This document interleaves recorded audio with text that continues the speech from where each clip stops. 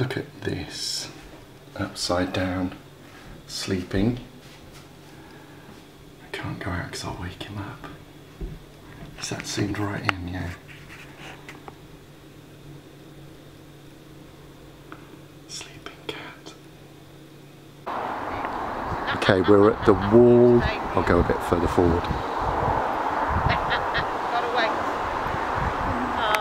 Hello. No, you can't go, Leo. We're at Wall Roman Town, and the number of times I've been to Lichfield for gigs and things and driven past the sign to Wall, and Marie always says that she came here when she was at school, and yeah, this is it, a Roman town, and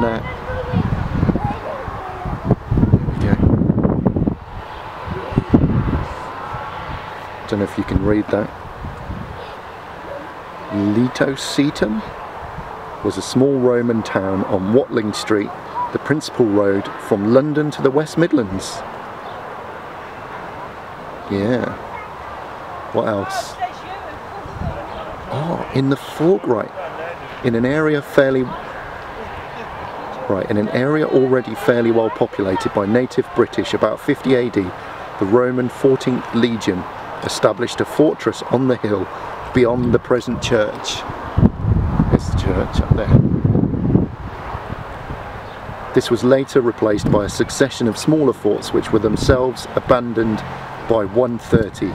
Meanwhile, during the later part of the 1st century, the small town of Letocetum had grown up.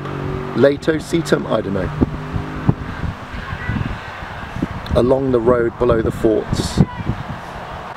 In the foreground is the bathhouse with piles of firewood to fuel the heating system. Wow. We went to Bath a few years ago and we saw the bathhouse there, didn't we?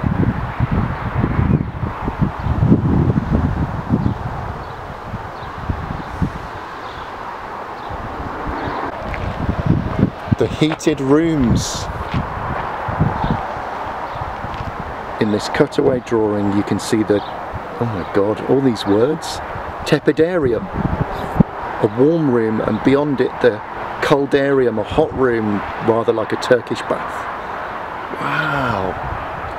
Okay, so that's the first room, the green bit, and then,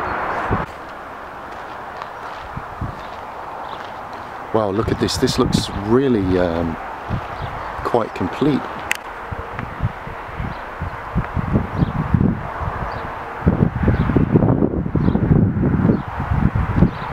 Doesn't look quite how I imagined it from the pictures. I don't know, all the pictures I've ever seen, I thought you could see a lot more around it. This is obviously it, isn't it? Because you've been here before. The exercise hall. The baths were a focus. The baths were a focus of social life in a Roman town. A place for exercise, relaxation and meeting friends. That's just made up stuff, isn't it? Okay, so here it would have been covered because it's freaking cold. We're allowed to walk, oh, so we go through the gap here. The Mancio. The massive stone foundations suggest that the Mancio was a 2-story building. It was probably constructed with a timber frame which would have rested on top of the stone foundations. The walls were possibly plastered.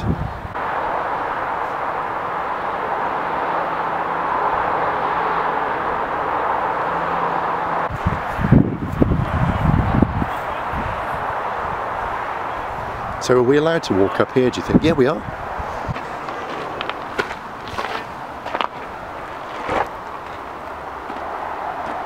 In this reconstruction of the Mancio, in this reconstruction, the Mancio is shown with an open central courtyard, atrium, with a formal garden and a gallery on the first floor.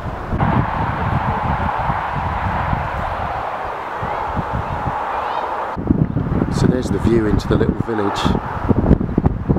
It's a bit of a surprise in July, isn't it? Look at all these mushrooms. Let's go up here.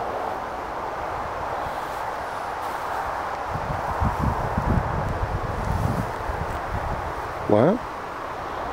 Who knew? It's mushroom season.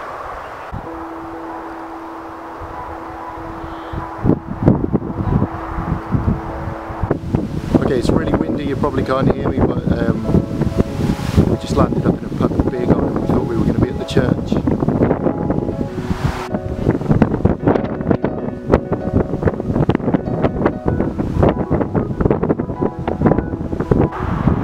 Before I forget, we're just a couple of miles away from where the Staffordshire Hoard was found, and I'll probably do a separate video about that sometime. So according to the sign, they reckon this was a street between the buildings, and it might have looked a bit like that.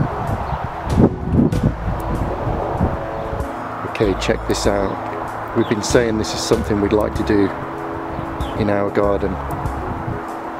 Looks like lots of wild flowers. Lovely. Really nice. It's the Green Man on the side of someone's house. Red telephone. Sorry, the light's not great. This is a path that leads up to the church, and the site we were just at is just over on the right behind that hedge there.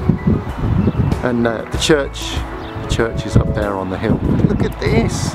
We saw this on the way in, we got kind of lost. Look at that! I think I might be able to turn that into a thumbnail. Wow!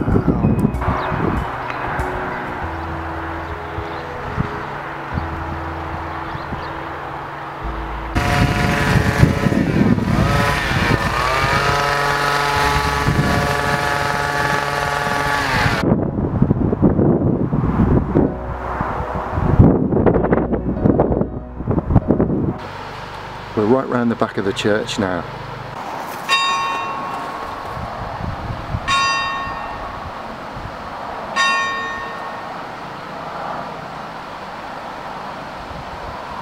That was cool.